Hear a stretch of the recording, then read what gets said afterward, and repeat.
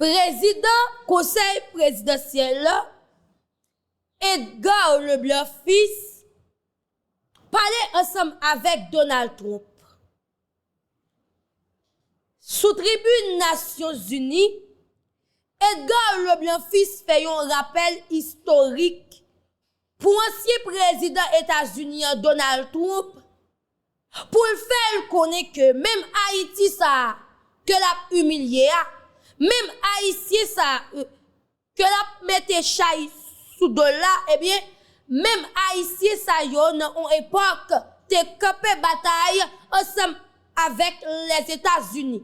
Mesdames et messieurs, restez là, nous pral gagner pour nous capables de déclaration Edgar Leblanc fils parce que c'est vraiment très important. Bon, on dit que nous pral tout de déclaration Edgar Leblanc fils ensemble sous dossier si là. Notre tribune Nations Unies et n'a gagné pour nous commenter comme toujours demain si Dieu veut 6h30. Non seulement déclaration ça, mais aussi déclaration Edgar fait en général sous tribune Nations Unies. M'a invité nous tendez ensemble avec moi. Déclaration Edgar Leblanc fils. Amnesty International et d'autres organismes opérant dans le domaine de la défense des droits humains qui suivent de près les violations des droits des migrants haïtiens à travers le monde. Je me permets, au nom du peuple haïtien, de saluer fraternellement tous les amis d'Haïti qui ont fait preuve de solidarité envers les migrants de notre pays, en particulier ceux résidant à Springfield dans l'Ohio aux États-Unis. La longue histoire d'amitié et de solidarité réciproque entre nos deux nations, depuis notre participation à la bataille de Savannah en 1779, nous permet de dire avec confiance que le peuple américain rejette toute incitation à la haine contre notre communauté. La participation active des immigrés haïtiens à différents niveaux de la vie des États-Unis est tangible et significative. À cet égard, les passions qui émergent naturellement lors d'une campagne électorale ne devraient en aucun cas servir de prétexte à la xénophobie ou au racisme dans un pays tel que les États-Unis, une nation forgée par des immigrants de toutes origines et qui s'est érigée en modèle de démocratie à l'échelle mondiale. Monsieur le Président, Excellences, Mesdames et Messieurs, le thème de cette 79e Assemblée générale, ne laisser personne de côté, agir ensemble pour la paix, le développement durable et la dignité humaine des générations présentes et futures, résonne profondément avec les défis majeurs auxquels le monde est confronté aujourd'hui.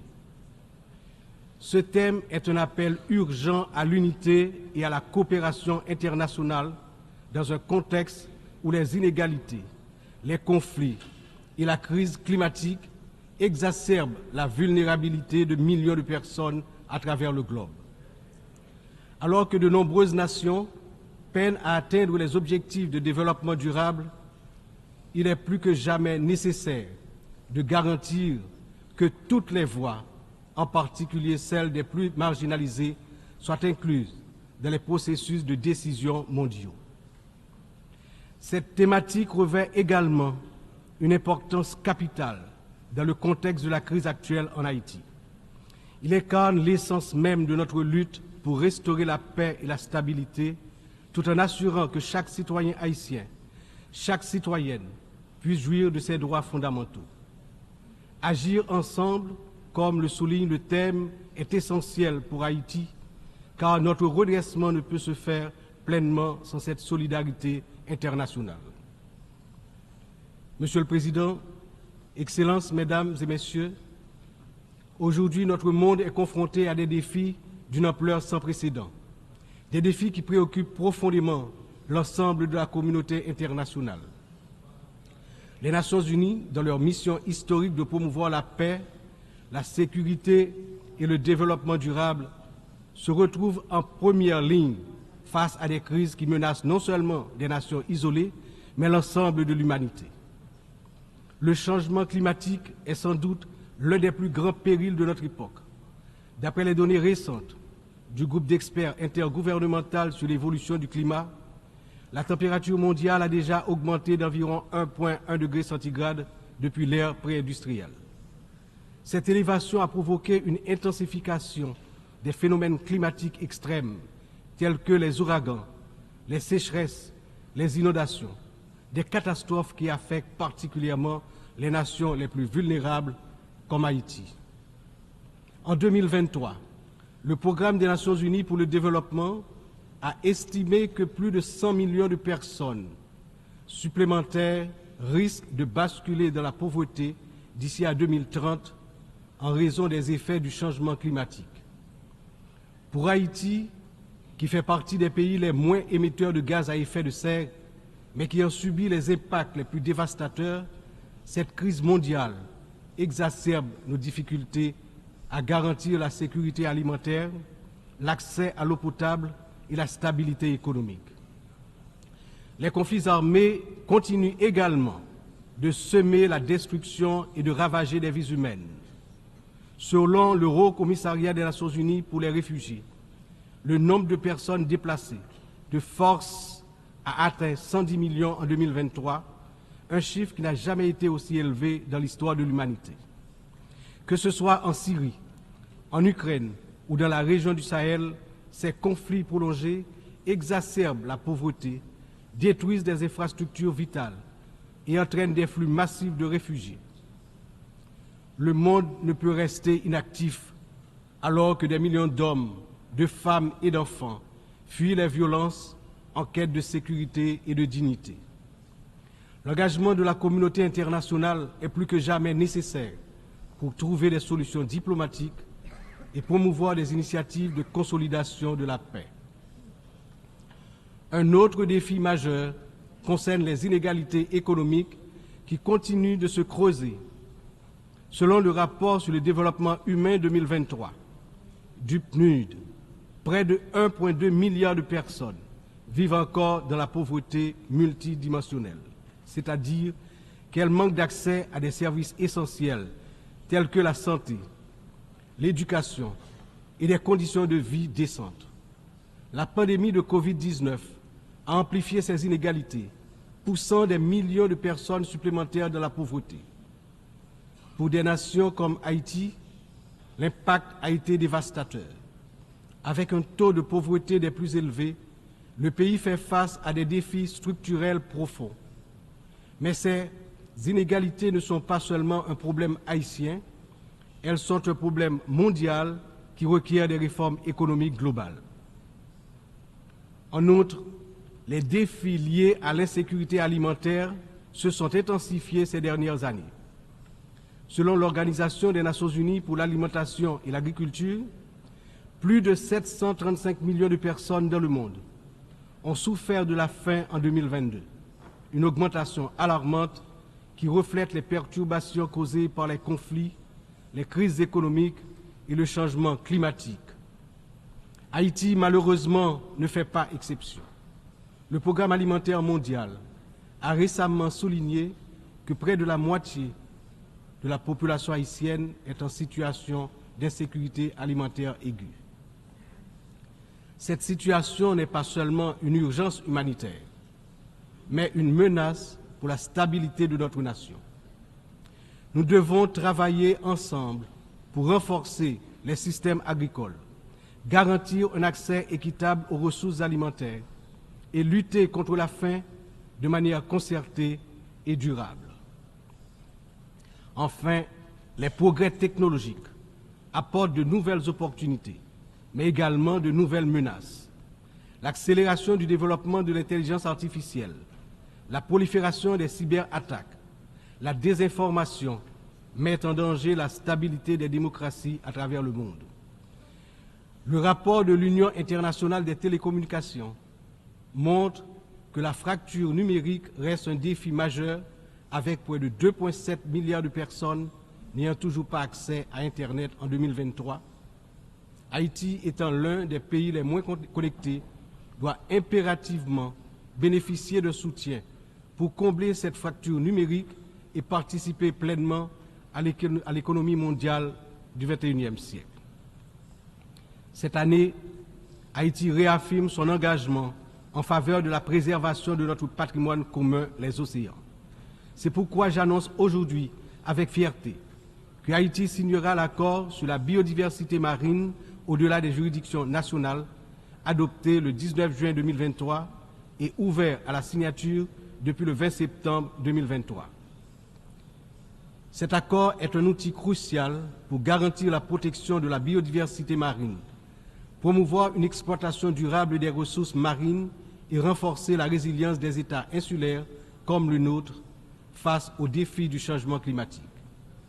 Haïti est déterminé à collaborer avec la communauté internationale pour s'assurer que cet accord profite à toute l'humanité, tout en contribuant à la protection des écosystèmes marins dont nous dépendons tous. Ces défis mondiaux ne peuvent être relevés que par un engagement renouvelé en faveur du multilatéralisme, de la solidarité et de l'action collective. Haïti, malgré ses difficultés, se tient prête à collaborer avec la communauté internationale pour surmonter ces crises et bâtir un avenir où la paix, la justice et la dignité humaine triomphent. Mais nous ne pouvons y arriver seuls. C'est ensemble que nous devons agir pour garantir que personne ne soit laissé de côté. Excellences, Mesdames, Messieurs, en proclamant l'indépendance d'Haïti le 1er janvier 1804, le général Jean-Jacques Dessalines, père fondateur de notre patrie, a donné aux droits de l'homme leur caractère universel. En d'autres termes, avec le triomphe de la révolution haïtienne de 1804, ayant lancé le processus de démantèlement de l'ordre colonial et esclavagiste, les droits de l'homme ont cessé d'être uniquement les droits de l'homme blanc pour devenir les droits de tous les hommes, de toutes les femmes, c'est-à-dire les droits de l'humanité tout entière. À ce titre, en tant que représentant de la République d'Haïti, porte-parole officiel du peuple haïtien, je me vois dans l'obligation d'attirer l'attention des dirigeants des grandes puissances sur le danger de guerre nucléaire menaçant l'existence des peuples sur tous les continents. Dans cette optique, au nom de la République d'Haïti, je lance un vibrant appel aux chefs d'État de tous les pays membres des Nations Unies pour leur demander d'éviter à l'humanité le péril de la fin de la civilisation sur Terre. Monsieur le Président, Excellences, Mesdames et Messieurs, je m'exprime aujourd'hui avec l'expérience de plusieurs années consacrées au service de mon pays. Mon parcours politique, profondément ancré dans l'histoire d'Haïti, m'a permis de traverser de nombreuses épreuves, toujours avec un même objectif, le progrès de mon pays, la fierté, la dignité restaurée et le bien-être du peuple haïtien meurtri. Ayant présidé le Sénat de la République de 1995 à 2000, puis ayant été témoin de moments critiques de notre histoire politique, j'ai vu de près les défis auxquels notre nation a été confrontée. Mon engagement politique remonte à une époque où les luttes pour la stabilité et la démocratie étaient omniprésentes. Aujourd'hui, en tant que président du Conseil présidentiel de transition, je me retrouve à nouveau à un moment charnière de l'histoire d'Haïti. Mon parcours m'a enseigné que la résilience et la volonté collective sont les seules voies pour garantir un avenir stable et prospère. C'est avec cette vision, ce dévouement et la force que confère cette riche expérience politique que je m'engage à conduire la transition, déterminé à mener Haïti vers la paix, la sécurité et la démocratie participative, par la tenue de la conférence nationale, le renouvellement du personnel politique à travers des élections libres, crédibles, transparentes. Le peuple haïtien, malgré ces épreuves auxquelles il est confronté, refuse de se laisser submerger par le désespoir. Des défis d'une ampleur sans précédent, une violence dévastatrice, une instabilité politique persistante, une précarité quasi générale et une pauvreté dégradante se posent à son intelligence et à ses capacités d'action. Au milieu de cette tempête, il a compris qu'il lui fallait prendre une décision courageuse, celle de se mettre ensemble, de s'unir malgré les différences profondes pour pouvoir se relever et se mettre en marche, en toute confiance, vers la sortie de la crise multidimensionnelle qui l'afflige depuis déjà trop longtemps. La création du Conseil présidentiel de transition est une matérialisation de cette décision, un exemple tangible de cette volonté de se réconcilier avec soi-même. Ce Conseil qui rassemble organisations de la société civile et toutes les tendances politiques du pays est le fruit de longues négociations. Il incarne la pluralité de la société haïtienne. Sa feuille de route est claire: restaurer la sécurité publique, organiser des élections libres, transparentes à la fin de l'année 2025, rétablir la confiance dans les institutions de l'État. Pour y parvenir, nous, responsables au plus haut niveau de l'État, savons que nous aurons besoin du soutien de la communauté internationale. Mais d'abord, nous devons compter sur nous-mêmes, sur notre résilience, notre capacité à surmonter les divergences, les divisions internes.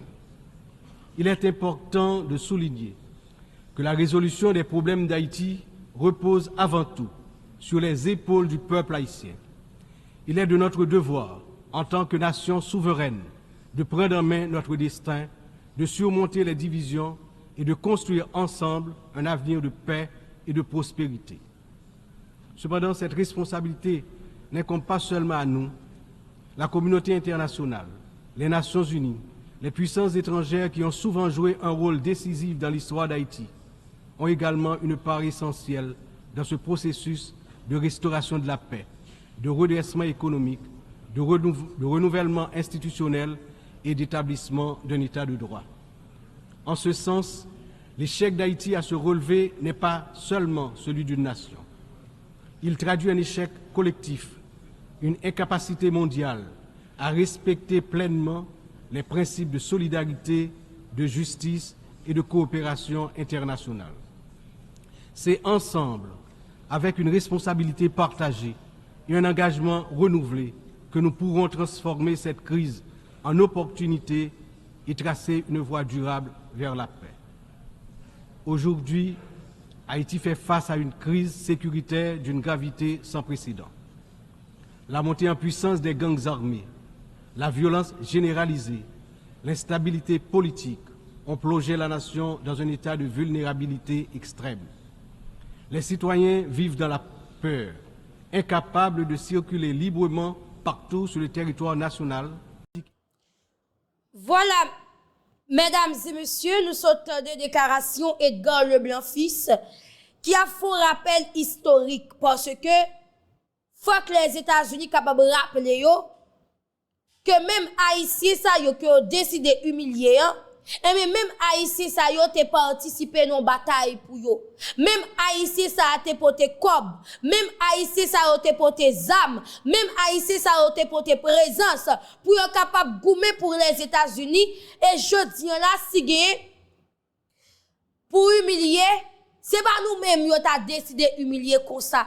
Et faut que moi dis nous gagner yon représentant dans chambre basse États-Unis qui fait connaître que nous-mêmes Haïtiens nous c'est bêtes sauvages. Nous sommes pas qu'être gang, n'a mangé des animaux. Nous c'est salopes. Liba nous avant 30 janvier 2025 là pour nous sortir pied nous dans pays États-Unis. Sinon ça ne sais pas. N'a gagné pour nous porter plus de détails pour vous. Restez connectés, c'est très important ensemble avec nous. N'a croisé demain si Dieu veut 6h30. Pas oublier like, commenter, partager et surtout inviter au monde entourage. Abonnez ensemble avec la plateforme si là, puis capable toujours être connecté avec bonne information. Bye bye tout le monde. Bon fin de la journée. Demain si Dieu veut 6h30.